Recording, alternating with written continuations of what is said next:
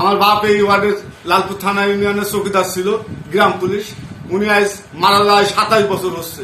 27 বছর পর 27 বছর উনি মারা যাওয়ার পর আমি এই চাকরি পাইছি। এই চাকরি পাওয়ার পর আমি দিনের পর দিন মানুষের সেবায়, মানুষের সাথে খুব সুন্দরভাবে মিশে থাকি।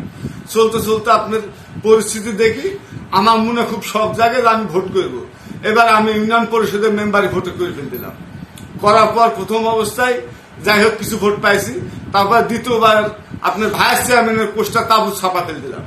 দেওয়ার পর আমি সোনালী ব্যাংকের টাকা জমা দিতে যা দেখছি যে আপনার মেলা টেকা লাগছে।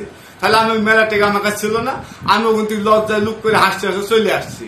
এবার ইউনিয়ন পরিষদে আবার রানিং মেম্বার ভোট করেছি। করার পর অল্প কিছু সামান্য ভোটে আমি এবার জিততে পারিনি, হারিয়ে গেছি।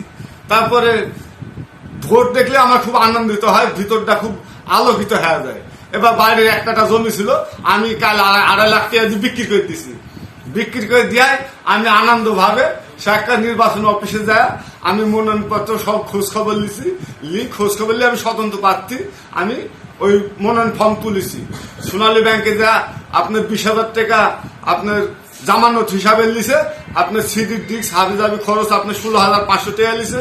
লিয়ে আপনার এই সমস্ত কিছু লেনদেন তুলি। আমি ভোটের আশাবাদী হয়েছি।